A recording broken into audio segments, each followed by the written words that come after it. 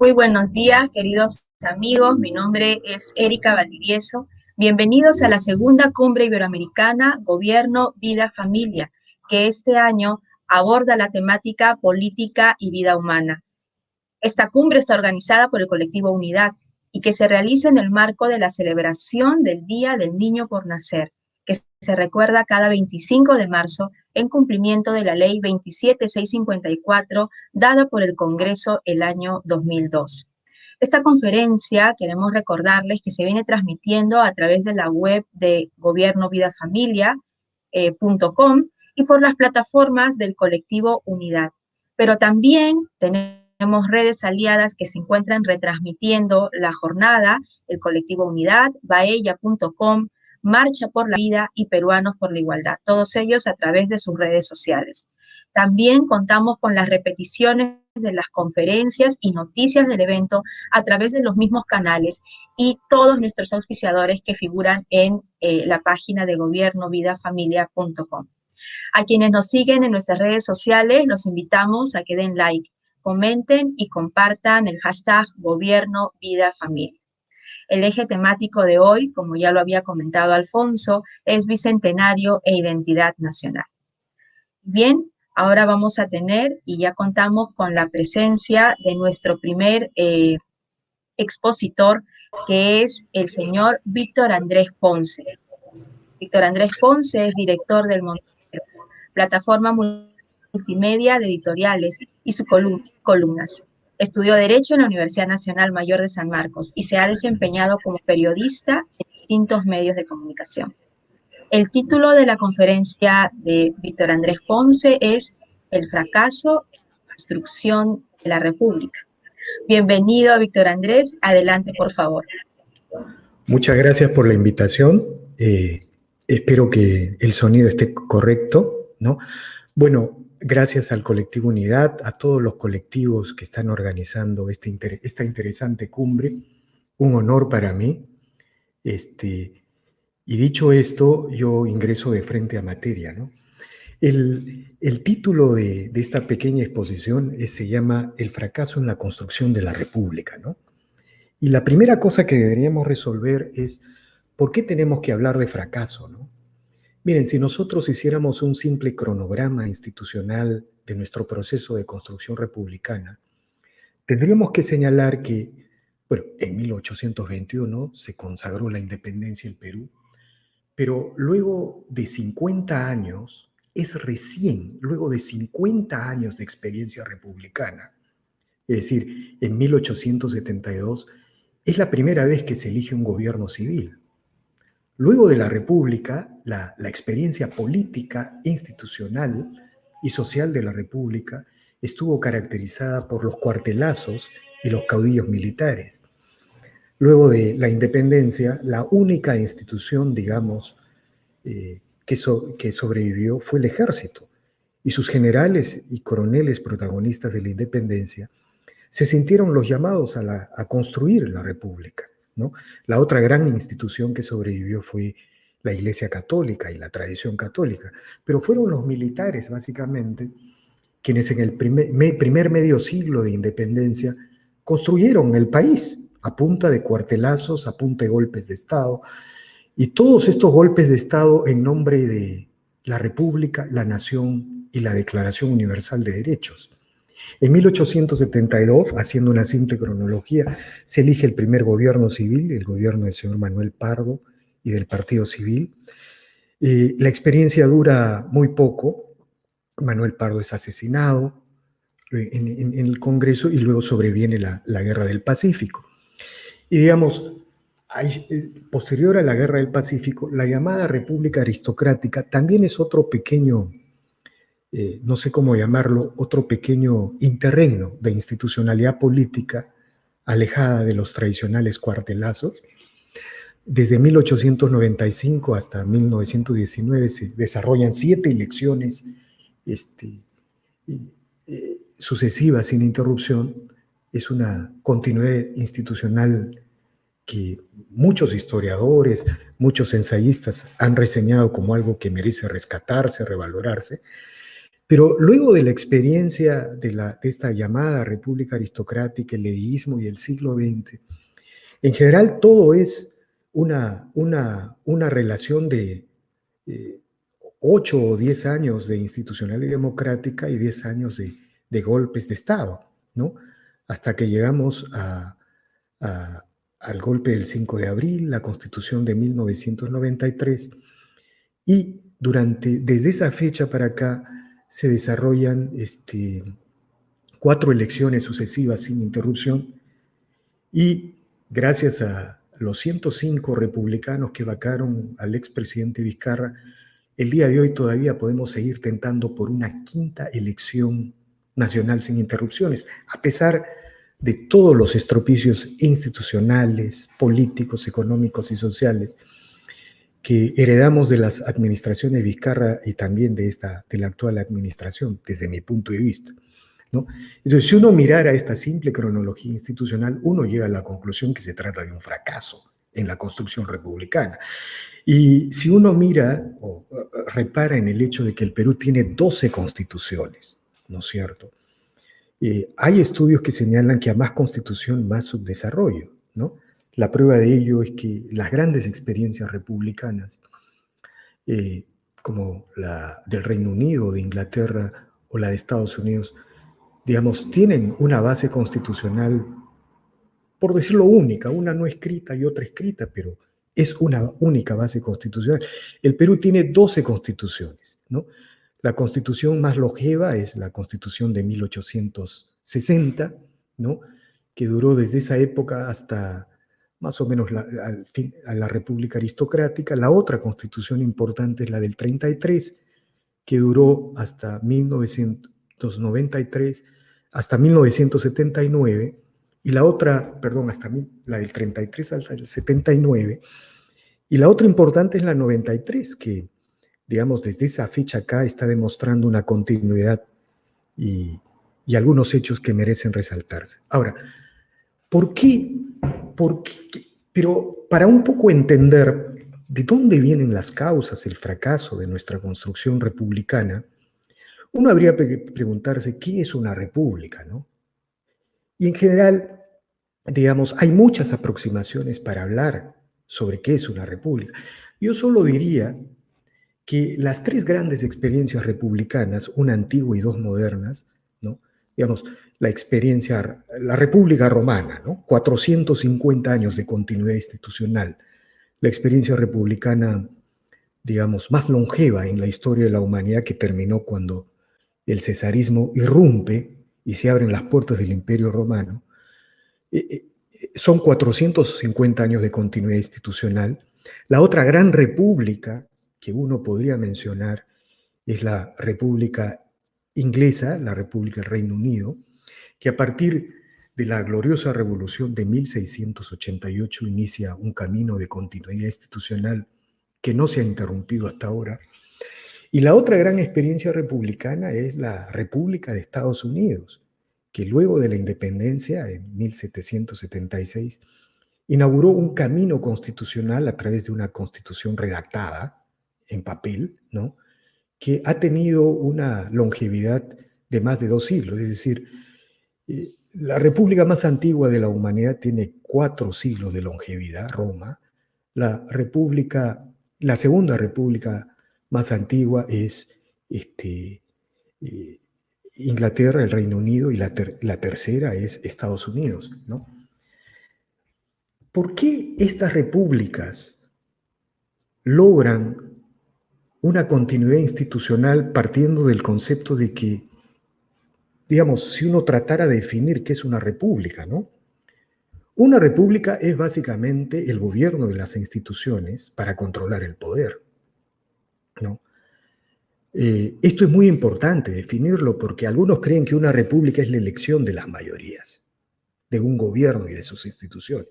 Es evidente que en la modernidad las repúblicas tienen que ser, y las instituciones que surgen de ellas, tienen que ser electas por las mayorías, ¿no?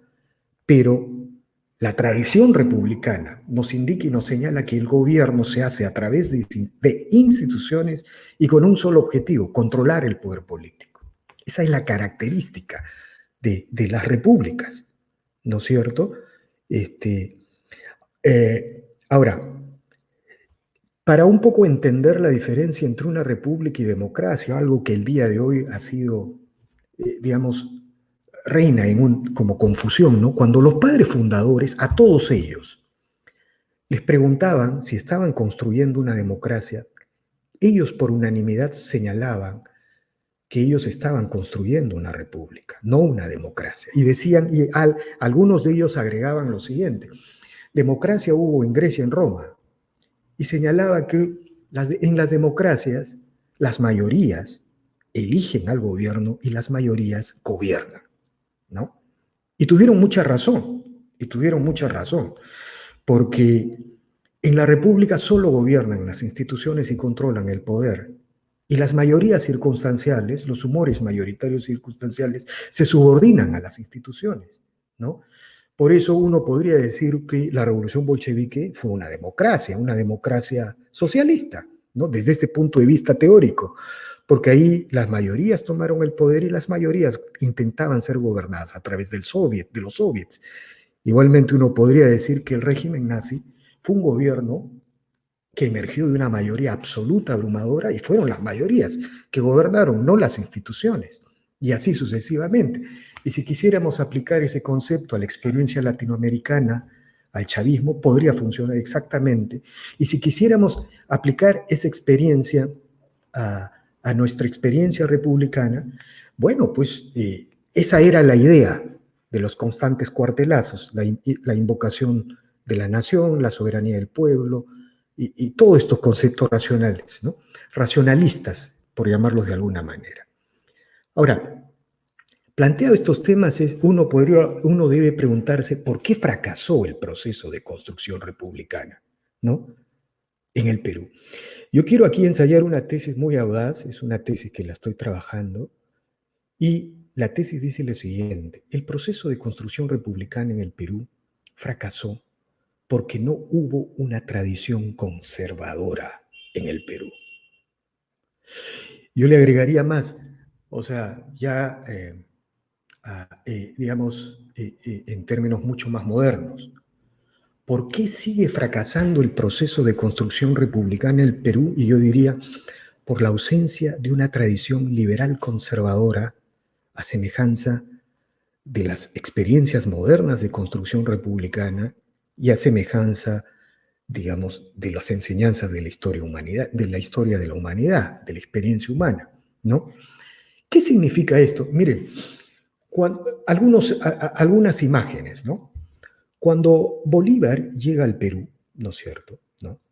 Él tenía la idea de construir una república en base al modelo francés, ¿no? Es decir, los hombres deberían ser iguales ante la ley, iguales económica y socialmente, ¿no es cierto? Por eso Bolívar, digamos, se opone a cualquier idea de una monarquía constitucional, esta idea que desarrolla San Martín y Monteagudo, ¿no? Su más cercano colaborador. Se opone a cualquier idea de monarquía constitucional. Bolívar, y la conclusión de su proyecto republicano, imitando el modelo francés, es que debería eliminarse cualquier tipo de nobleza. Entonces, como todos los ciudadanos tenían que ser iguales ante la ley, ¿no? Como todos los ciudadanos tenían que ser iguales ante la ley, se elimina la nobleza, los restos de la nobleza incaica post-revolución Tupac Amaru, es decir, se elimina la nobleza incaica, los curacas. Entonces, cuando se consagra la independencia y el sistema republicano se instala, en el papel, en la declaración, todos éramos iguales ante la ley. Por lo tanto, no habían curacas y nobles indígenas. ¿Cuál fue la consecuencia de esto? Que el sistema republicano instaurado fue el peor enemigo del mundo indígena. Aplastó, destruyó, liquidó al mundo indígena. Esto que estoy señalando es parte ahora de nuevas investigaciones históricas muy claras. El peor enemigo del mundo indígena fue el sistema republicano instaurado luego de la independencia, ¿no? Digamos, hay algunos estudios que señalan que en la época de la independencia, las comunidades andinas estaban más o menos a 2.800 metros sobre el nivel del mar, y luego los herederos de la colonia y los criollos conquistadores simplemente los arrojaron por encima de los 4.000 metros sobre el nivel del mar. Y por eso la experiencia, digamos, la historia de la República es la historia de la opresión del mundo indígena, ¿no? Entonces, esta concepción francesa, que luego, al final voy a explicar que es una concepción jacobina, racionalista, metafísica, absolutamente enfrentada a las grandes tradiciones conservadoras y liberales de la modernidad, ¿no?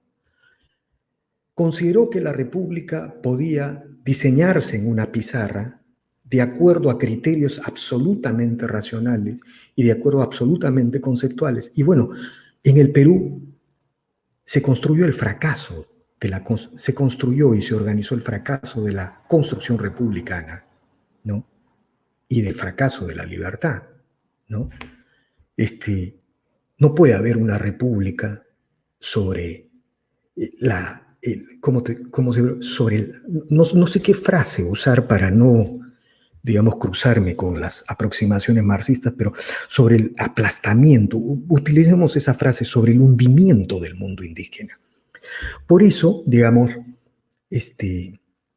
por ejemplo, la generación del 900, José Larribagüero, Víctor Andrés Belaúnde, Francisco García Calderón, en sus escritos y en sus ensayos siempre se plantea un tema fundamental: cómo construir un país, una república, la peruanidad, sobre dos mundos, un mundo criollo, asentado básicamente en Lima, Trujillo y Arequipa, y un mundo andino que ha sido excluido de los sistemas de voto y propiedad. Se preguntaban. Lo mismo hizo la generación del 900, Aya, Basadre, y digamos, para ser universales, el propio Mariátegui. Todos se planteaban el tema de cómo construir un país sobre la base de dos mundos, uno abrumadoramente mayoritario, el mundo andino excluido de todo sistema institucional, de todo sistema económico y propiedad, y un mundo criollo que, digamos, más o menos controlaba la política, la economía, la sociedad. ¿Cómo construir? Ese fue el gran debate del siglo XX, ¿no es cierto? Digamos, todos estos hechos nos van reseñando que el proceso de construcción republicana fue un fracaso, ¿no? Ahora, yo quiero aquí detenerme y un poco reflexionar sobre qué significa una tradición liberal conservadora moderna, ¿no? Y quizá la manera de llegar a una concepción de este tipo es partiendo de una matriz filosófica, la matriz filosófica del jacobinismo, del racionalismo, que inauguró este mundo de radicalismos que finalmente ha sumido a la humanidad en ríos y océanos de sangre, y que en nombre de la libertad, la igualdad, ha hinchado los cementerios de cadáveres, ¿no?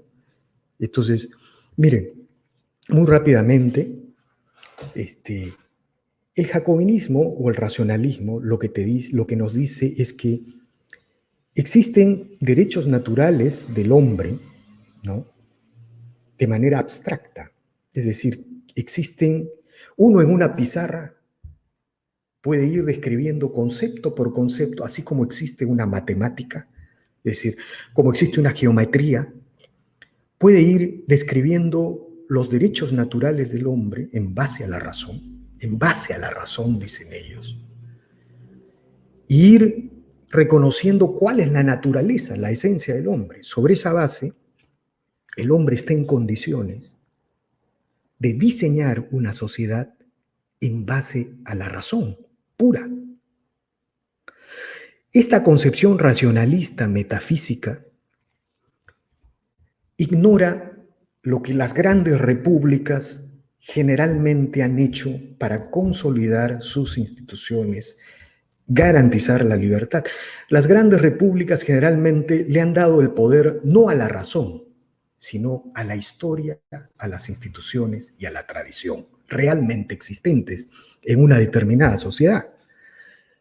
El racionalismo metafísico, digamos, ha convertido en el nuevo Dios de la humanidad a la razón pura, de tal manera que las instituciones, la sociedad, el lenguaje, pueden ser rediseñadas racionalmente en base a un criterio que hoy día se puede llamar un pensamiento políticamente correcto, ¿no es cierto? Bueno, los revolucionarios franceses, ¿no?, liquidaron todas las instituciones que la monarquía gala había construido a lo largo de siglos y centurias, ¿no? Y incluso rediseñaron territorialmente Francia, ¿no? Y declararon que todos los hombres eran iguales y tenían los mismos derechos ante la ley. Era el ejercicio de la razón pura. Se destruyeron las noblezas, se destruyeron las jerarquías, se destruyeron las desigualdades naturales que construyen cualquier sociedad viable, ¿no? Si no hay desigualdad en una sociedad, esto es un concepto filosófico, bueno, seríamos una colmena de hormigas, ¿no? Entonces, destruyeron, digamos, todo, absolutamente rediseñaron la sociedad francesa. Y todas esas instituciones, desde la familia, la propiedad, las noblezas, los burgos, fueron rediseñados. Y bueno, ¿cuál fue el resultado de la Revolución Francesa? Bueno, es un típico resultado latinoamericano, tercermundista, ¿no es cierto? Tercermundista o peruano. Es decir, Francia tuvo una serie de constituciones hasta que finalmente vino el Imperio Napoleónico. Y el gran resultado de esta Revolución Francesa es que los muertos que antes de la Revolución Francesa en las guerras europeas se contaban hasta 35.000, pasaron a ser millones en nombre de la nación, la soberanía popular. En nombre de la nación, la soberanía popular y la república. Este pensamiento racionalista, jacobino, metafísico, fue básicamente importado a América Latina y al Perú. Y es esa matriz jacobina la que explica el fracaso en la construcción del sistema republicano. Porque si en el Perú hubiera habido una tradición conservadora moderna, lo correcto hubiera sido que el Perú avanzara hacia una forma de monarquía constitucional, ¿no?, hacia un gobierno de corporativo, un mundo indígena, que necesitaba ser representado por su nobleza, un mundo criollo republicano que podía encontrar muchas formas de representación republicana, ya sea a través de la política, la economía, la sociedad, ¿no? Es decir, el Perú era un país básicamente desigual, pero profundamente viable. Por eso, miren, les cuento una anécdota. No sé si ustedes lo deben haber escuchado. Cuando se producen las batallas de Junín y Ayacucho, los generales realistas eran pocos, pero todos los ejércitos realistas estaban conformados por el mundo indígena, sobre todo por los indígenas del Alto Perú.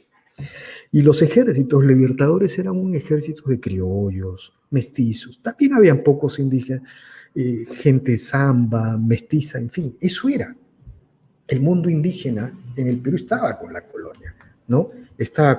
Pero lo que quiero decirles es, si el Perú hubiera tenido una visión conservadora para resolver el problema de su independencia y de su proceso de construcción republicana, otro hubiera sido el camino. Seríamos un país desarrollado, seríamos un país algo parecido a Estados Unidos, quizás desde el Perú se hubiera conformado el gran Estados Unidos del Sur, que era un sueño de muchos republicanos, ¿no?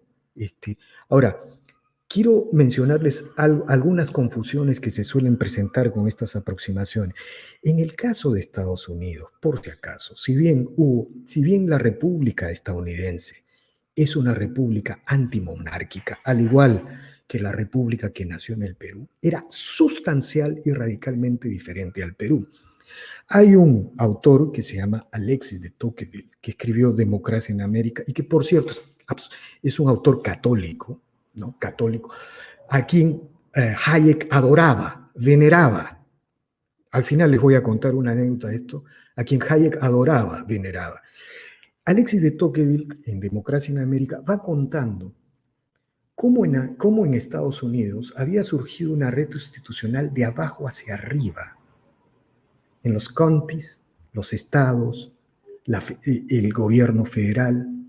Y finalmente, en Democracia en América, un poco nos va llevando a la conclusión de que la independencia de Estados Unidos con respecto a la corona, a la metrópoli, solo significó romper la relación con la metrópoli y dejar intactas las instituciones que se habían construido a lo largo de siglos, desde la llegada del Mayflower hasta la construcción de esta gran república del norte. Es decir, cuando los estadounidenses hacen la independencia, lo único que hacen es mantener y consolidar las instituciones que habían construido a lo largo de siglos, ¿no? Entonces, bueno, en el caso de la Revolución Inglesa es algo parecido. La Revolución de 1688, que corta la dependencia de un rey católico e impone un rey protestante, bueno, la tradición anglicana y todo esto, ¿no? Lo único que hizo es cambiar la matriz religiosa de la corona y mantener absolutamente y prácticamente todas las instituciones, ¿no? Y en el caso de Roma, ¿no?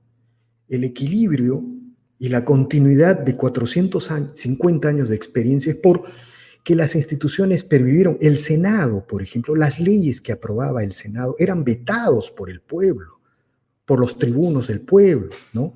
Y por eso Roma sobrevivió, porque producía muy buenas leyes, las instituciones se mantenían, las desigualdades se organizaban, porque el sueño de todo jacobino racional, o de todo racionalismo metafísico, de todo jacobinismo, llamémoslo así, de todo jacobinismo, es construir sociedades sin desigualdades.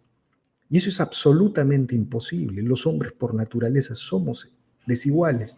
Hasta el ADN tiene una hélice desigual, la huella digital tiene una huella, digamos, es el signo de cualquier desigualdad. En fin, ¿no?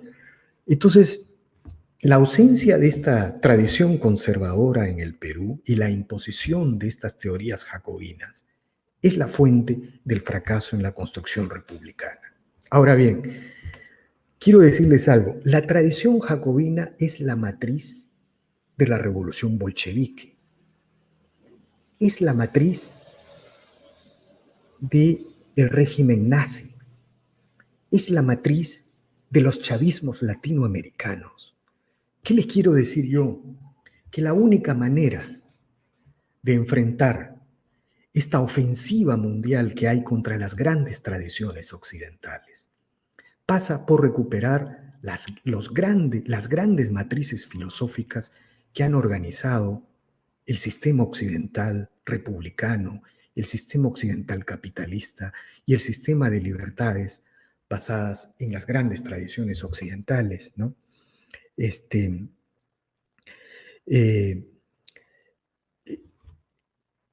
¿Por qué son la base de todo esto que muchas veces solemos enfrentar, criticar?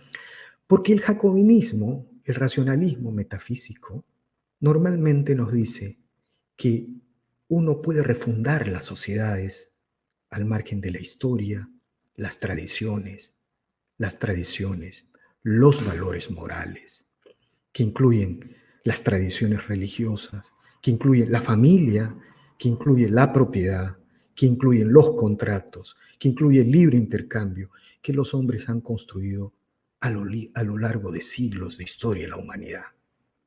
Si uno mira, digamos, el bolchevismo, la Revolución Francesa, el bolchevismo, el nazismo, los chavismos latinoamericanos, la matriz de su propuesta social, de su propuesta revolucionaria parte de la presunción de que es posible ignorar la historia, la sociedad, las tradiciones, los valores morales que la humanidad ha construido a lo largo de siglos, ¿no? Y generalmente lo que producen son destrucción, océanos de sangre, y los cementerios se hinchan de cadáveres, ¿no? Eso es lo que produce el jacobinismo en todas estas expresiones. Ahora, la gran tradición conservadora, ¿no es cierto? La gran tradición conservadora, lo que te dice es que la sociedad no puede ser diseñada por la razón, porque la sociedad a lo largo de siglos, mediante un proceso de ensayos y errores, mediante un proceso de guerras y paz, mediante guerras y mediante procesos de paz, mediante treguas, va construyendo instituciones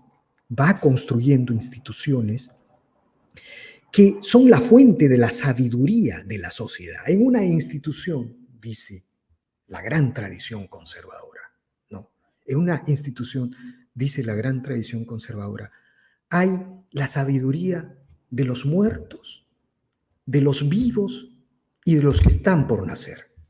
Edmund Burke, un gran autor anglosajón, digamos, uno de los padres del conservadurismo moderno, señala que las instituciones son el pacto entre los muertos, los vivos y los que están por nacer. Entonces, ninguna racionalidad humana, ya sea del hombre más genial del mundo, Hayek tiene ejemplos en un libro en la que ridiculiza la genialidad de Einstein con respecto a la posibilidad de organizar una sociedad en base a la razón.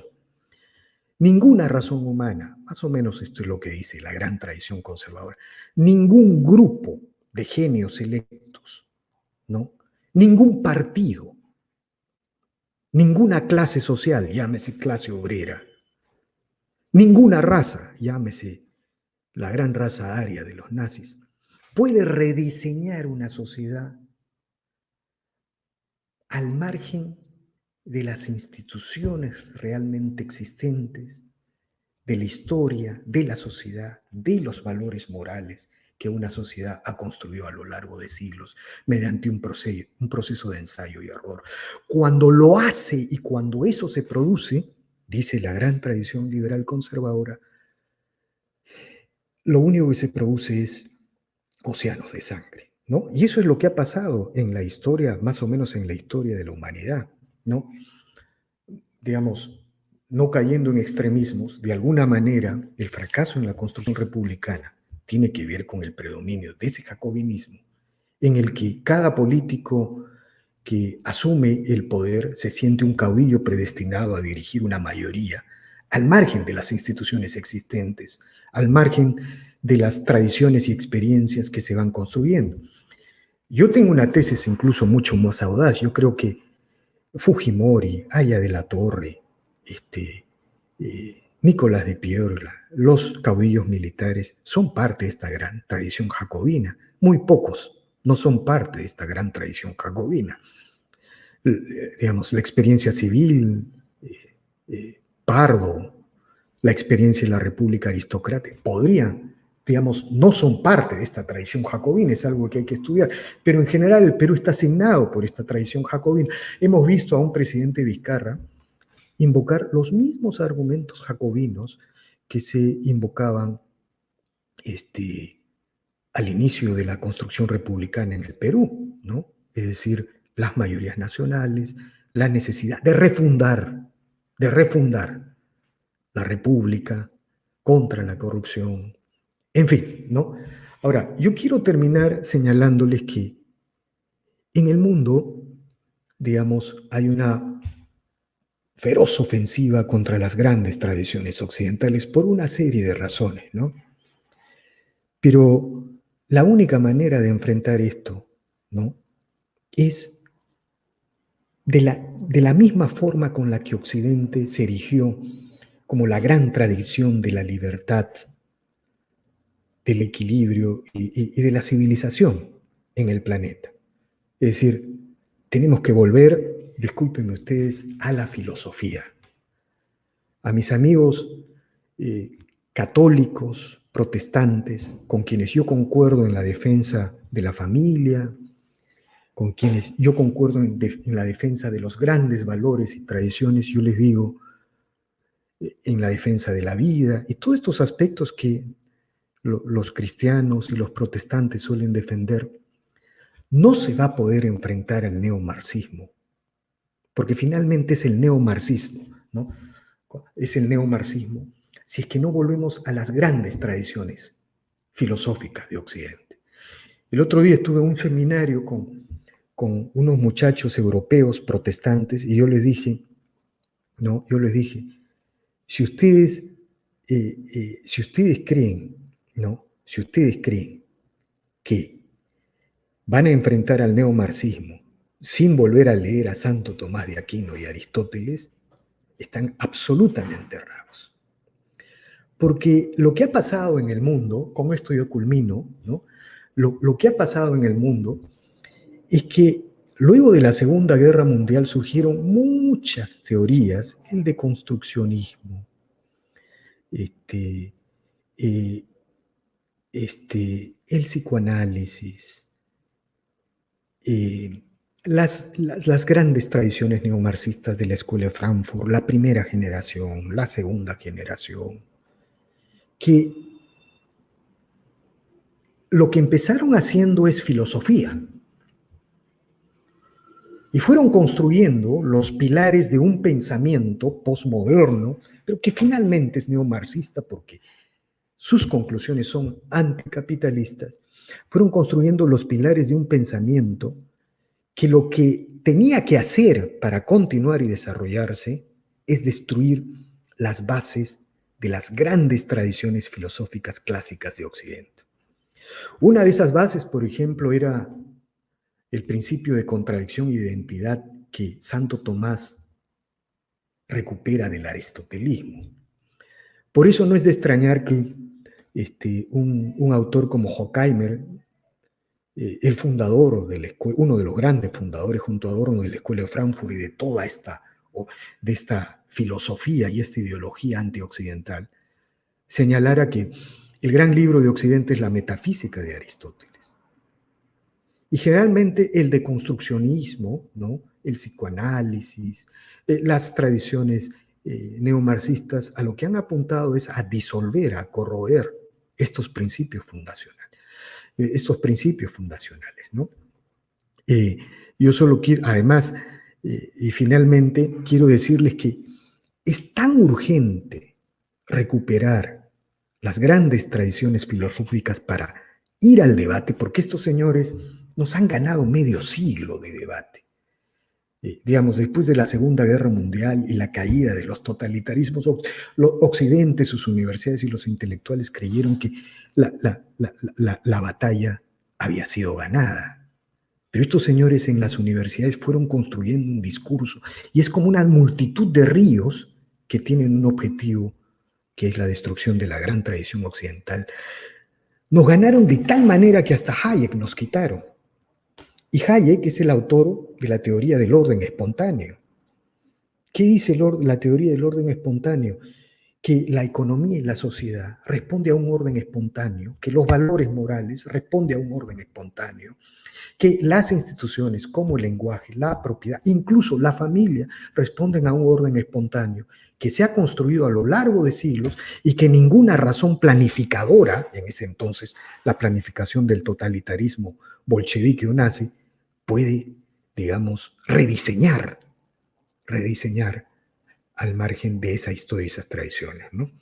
Bueno, espero no haberme extendido, creo que ya estoy yendo por otro lado, pero espero haber contribuido al debate y bueno, gracias por la invitación y acá estamos para lo que ustedes digan. Muchas gracias, Víctor Andrés. Qué interesante tu disertación y el análisis que has realizado, sobre todo este momento, lapso histórico en el Bicentenario, ¿no? En estos 200 años. Concuerdo con muchas de lo que has has señalado, pero ahora me gustaría leerte algunas de las preguntas que hemos recibido del público que nos acompaña, ¿no? La primera pregunta es esta. ¿Hubiese sido más beneficioso para nuestro país una monarquía constitucional, dado lo que tú has ido planteando? Yo no tengo la menor duda que eso hubiera sido lo mejor, ¿no? O sea, llegar a esa conclusión a veces parece difícil, sobre todo por la historia intelectual que, que el mundo ha experimentado, ¿no?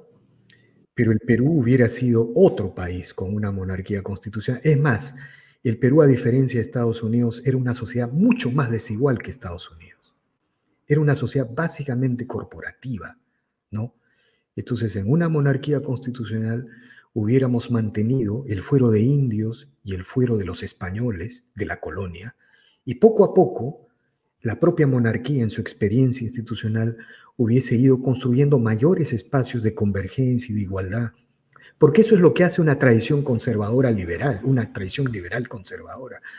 Una tradición liberal conservadora no se opone al cambio, a la reforma, pero acepta el cambio y la reforma sobre la base de las instituciones, los valores morales, la historia y la tradición que una determinada sociedad construyó a lo largo de siglos, ¿no?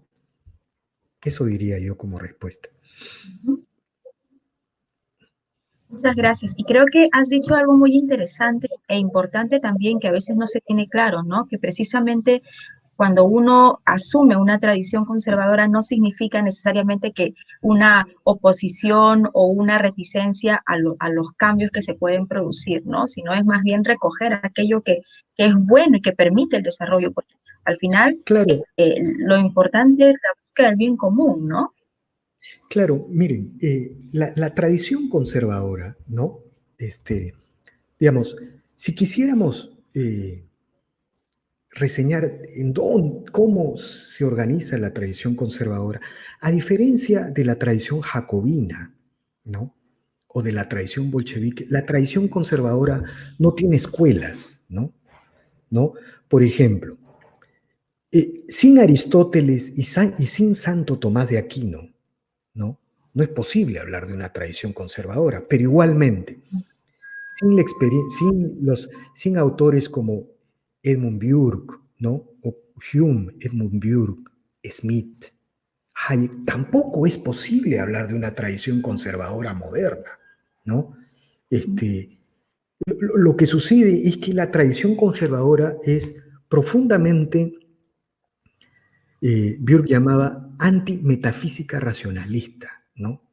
Es decir, la idea y la tradición conservadora se opone a la idea de que la razón puede diseñar, puede ser el arquitecto de una sociedad.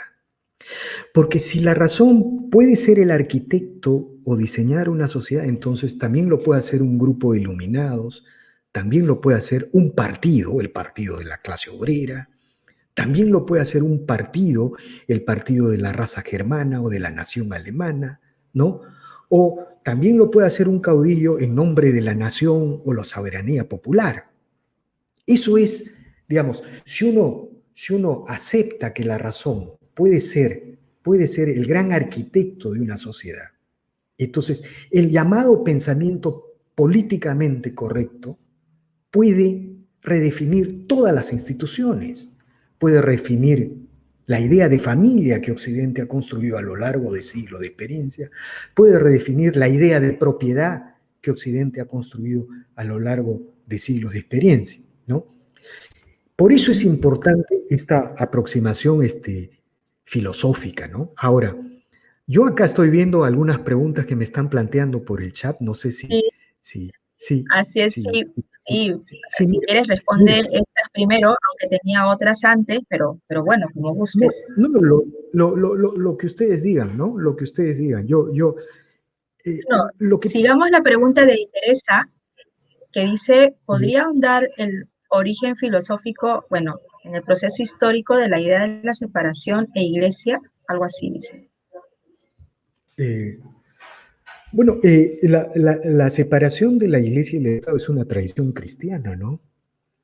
es una tradición cristiana,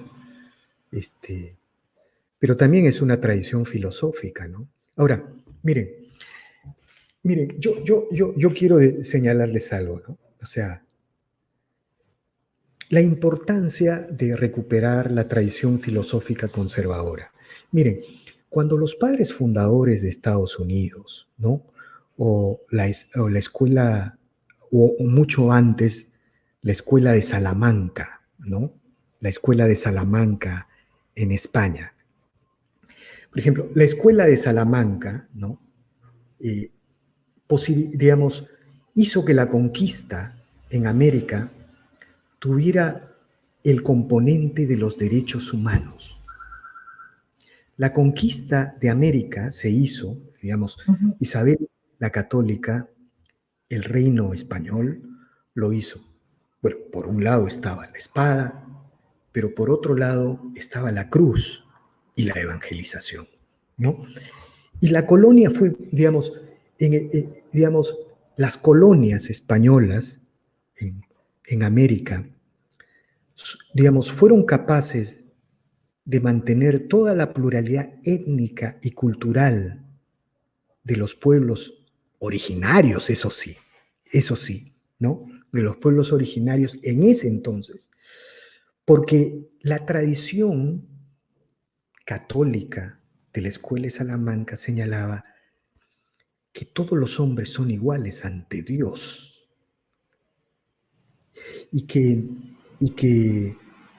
esa igualdad se perfeccionaba con la evangelización, ¿no? Igualmente, los padres fundadores de Estados Unidos, que venían más de la matriz protestante, ¿no? Hicieron la Declaración de los Derechos del Hombre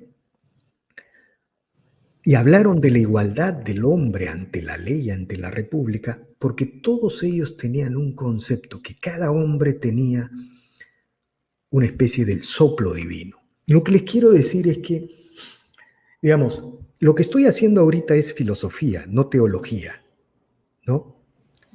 O sea, lo que les quiero decir es que la idea de la igualdad de los hombres, la idea de la igualdad ante la ley, proviene de una visión, casi de una visión teológica. Sin esa visión teológica no podría ser posible una concepción de derechos humanos igualitarios. Lo que pasa es que después los neomarxistas han expropiado este concepto. La prueba de ello es que los franceses hicieron la Declaración de los Derechos del Hombre y del Ciudadano y en nombre de la razón, de la nación, del pueblo y de la república, pasaron por la guillotina medio mundo, ¿no es cierto? Y luego convirtieron a Europa en océanos de sangre, ¿no? Los bolcheviques, en nombre de la razón, declararon la igualdad de los hombres ante la historia y declararon la abolición de todas las desigualdades. Pero en nombre de la razón, la soberanía popular, el programa comunista y la dictadura del proletariado, se hincharon absolutamente todos los cementerios de sangre en Asia y Europa, ¿no? Solo las sociedades que han tenido, digamos, una gran tradición, por eso el conservadurismo, digamos, promueve la consolidación de las grandes tradiciones religiosas. Estoy hablando desde el punto de vista filosófico, no teológico, ¿no? Por eso el conservadurismo promueve la consolidación de las grandes tradiciones religiosas en un país, en una sociedad. Porque las grandes tradiciones religiosas albergan los valores morales que la sociedad ha ido construyendo a lo largo de siglos mediante un proceso de ensayo y error, ¿no? Ahora, un racionalista podría decir, no, pero esos valores morales que la sociedad ha construido a lo largo de un proceso de ensayo y error pueden ser arbitrarios. Eso es una falsedad, eso es la soberbia del racionalismo, ¿no? La soberbia del racionalismo. Por ejemplo, cuando un hombre, esto es filosófico, no teológico. Siempre, por favor, siempre subrayo eso. Porque si yo hablo con, digamos, trato de no mezclar lo que es la revelación de la filosofía. Por ejemplo, la consolidación de la familia que propugna un conservador, ¿no? Una gran tradición conservadora, tiene que ver con un proceso de ensayo y error en las sociedades de Occidente. Miren, en Democracia en América de Tocqueville, cuando está viajando por los pueblos, se preocupa de un hecho: la familia puede debilitarse, dice él, ¿no? Y eso le preocupa en extremo. ¿Por qué? Porque si la familia se debilita, dice de Tocqueville, lo que puede surgir es el empoderamiento de un absolutismo totalitario del Estado. Jamás visto en la humanidad, decía él, jamás visto. Ni el régimen, ni la monarquía más absoluta del pasado llegaría a tener ese poder y llegaría a surgir esta especie de dictadura de las mayorías. Él lo predice, ¿no? Y una de las grandes preocupaciones, miren, esto es absolutamente filosófico alrededor de la familia, ¿no? Una de las grandes preocupaciones de Tocqueville es que el igualitarismo en Estados Unidos había abolido el mayorazgo. ¿Qué es el mayorazgo? En Europa, en la Europa medieval, la herencia de la propiedad se transmitía al hijo mayor, al primogénito, por una sola razón: para que la propiedad no se disolviera, no se partiera, no se fracturara, y la familia siguiera teniendo poder. Entonces de Tocqueville dice, pero ahora las familias americanas, con este igualitarismo exacerbado, están partiendo una propiedad de 100 hectáreas y son 10 hijos, en cada uno 10 hectáreas. Bueno, lo que va a suceder es que la familia se va a debilitar a tal extremo que el Estado va a adquirir tal poder, y en la medida en que la familia se debilita, los hombres casi como átomos, ya no hay instituciones intermedias, ¿no? Van a ser víctimas de todas estas manipulaciones del poder político y del Estado. Esa es la reflexión de Tocqueville. Es decir, Tocqueville está planteando un argumento filosófico alrededor del tema de la familia, ¿no? Entonces, esos son los grandes temas que, a mi entender, deberíamos recuperar en el debate. Ahora, un tema final: ¿qué partido representa la tradición liberal conservadora en el Perú? Ninguno. Lo que hay ahora en el Perú son precursores, ¿no? Probablemente los partidos... ¿Aló? Sí, te escuchamos, te escuchamos. Ya, y con lo que hay el día de hoy en el Perú probablemente son precursores, ¿no? Es decir, las candidaturas de centro derecha son los precursores de un gran movimiento conservador liberal en el Perú que el país tiene que organizar para detener la ofensiva neomarxista en el Perú y en el planeta. Y esa tradición liberal conservadora solo puede surgir de un intenso trabajo ideológico y cultural, ¿no? Y un intenso trabajo ideológico y cultural. Y esas son las grandes tareas que están planteadas sobre la mesa para salvar el sistema republicano y las libertades, ¿no? Gracias. Así es. Muchas gracias, Víctor Andrés. Ya nos acompañan Juan Carlos y Diana y Alfonso para sus comentarios finales sobre esta interesante ponencia. Me quedo con volver a lo clásico, ¿no? Adelante, Juan Carlos, Diana. Quería agradecerle a Víctor Andrés. Me parece interesantísima tu ponencia, como para volver a escucharla con calma nuevamente y tomar algunos apuntes. Genara Castillo está en clase, pero terminó de escuchar toda tu ponencia prácticamente, entró a clase y me dijo: no puedo escribirle a Víctor Andrés, pero envíale una felicitación de mi parte por la ponencia. Genara ha estado con nosotros aquí, es una filósofa aristotélica importante, notable, inteligente, brillante, diría yo. Y bueno, te mando ese saludo de parte de ella, Víctor Andrés. Juan Carlos quería hacer un comentario. Adelante, por favor. Sí, Víctor Andrés, gracias. Cada vez que te escuchamos el tiempo se queda corto.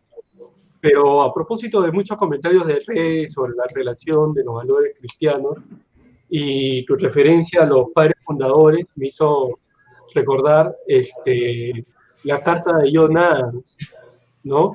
Cuando refería, hemos construido un Estado, pero nuestro Estado no es capaz de lidiar contra la avaricia, la inconducta y personas no morales ni religiosas. Si nuestro Estado no fuera dirigido a gente religiosa y moral, ellos traspasarían nuestras normas como la ballena pasa una red. Lo dejo ahí sin ánimo de ahondar, simplemente haciendo notar la importancia y la trascendencia de los valores de la cristiandad que nos unen. Gracias, Víctor Andrés. Siempre es ilustrativo y un aprendizaje escuchar. Gracias. Diana Seminario. Sí, gracias, Víctor Andrés. Tantos años y tantas horas de conversaciones y de intercambio de ideas que hoy día realmente escuchando tu conferencia, leyendo los comentarios en redes, la gente muy agradecida. Yo me quedo con una frase que creo que quisiera saber si estamos tarde o no, cuando tú dices que la ausencia de la visión conservadora es la fuente del fracaso en la construcción de la república, ¿no?